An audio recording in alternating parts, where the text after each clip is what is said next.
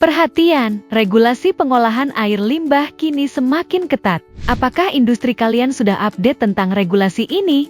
GreenViro pada event webinar sebelumnya telah mengundang salah satu perwakilan DLH Jawa Timur untuk berdiskusi mengenai regulasi terbaru dalam pengolahan air limbah. Ayo simak videonya. Kenapa kita harus mengelola air limbah? Karena sumber daya air yang ada di alam ini digunakan untuk berbagai macam aktivitas, mulai dari perkotaan, pemukiman, mungkin peternakan, ataupun adanya industri seperti itu, baik itu di badan air permukaan maupun air tanah.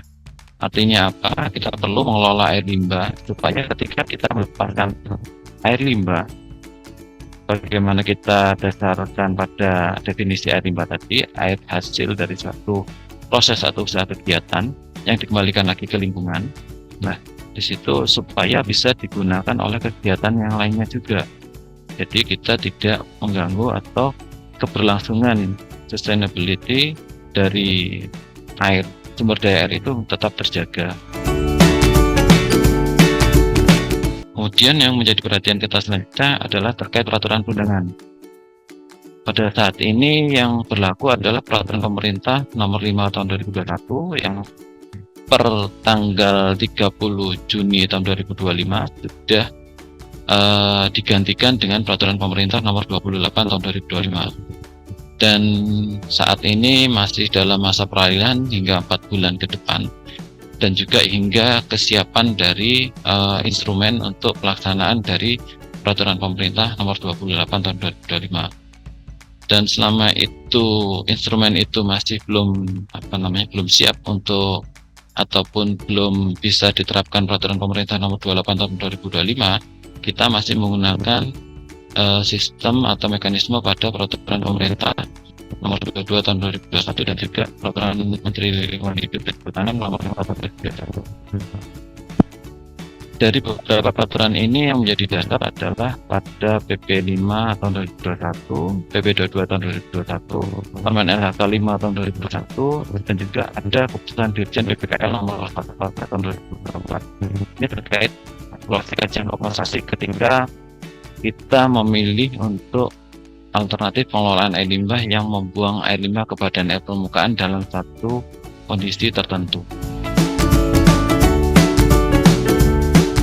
Terkait perubahan PP 28 tahun 2025 yang menggantikan PP 5 tahun 2021, itu hanya pada terkait pengelolaan air limbah, perhatiannya hanya pada pasal 12 ayat 2. Artinya di sini menggeser atau mengganti kewenangan. Jadi yang awalnya di PP 5 tahun 2021 itu sejalan dengan kewenangan perizinan berusaha, di PP 28 ini kewenangannya sesuai dengan lokasi usaha atau kegiatannya. Banyak sekali jenis unit operasi dan unit proses dari instalasi pengolahan air limbah. Intinya kita perlu mengetahui teknologi apa, metode pengolahan apa untuk menghilangkan polutan atau menghilangkan parameter-parameter dan konsentrasi-konsentrasi parameter supaya memenuhi baku mutu air limbah.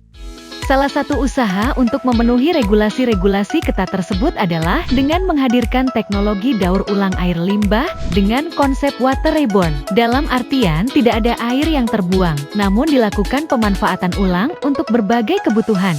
Misalnya dengan menggunakan IPAL unggulan dari GreenViro, Bioflux MBR Package.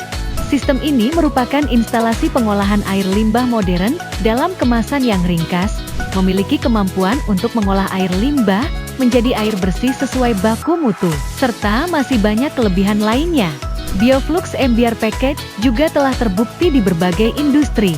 Optimalkan pengolahan air limbah tanpa perlu khawatir kondisi lahan sempit bersama Bioflux MBR Package. Jika video ini bermanfaat, jangan lupa like, share, dan subscribe. Tinggalkan komentar jika ada pertanyaan atau pengalaman Anda dengan IPAL. Sampai jumpa di video berikutnya.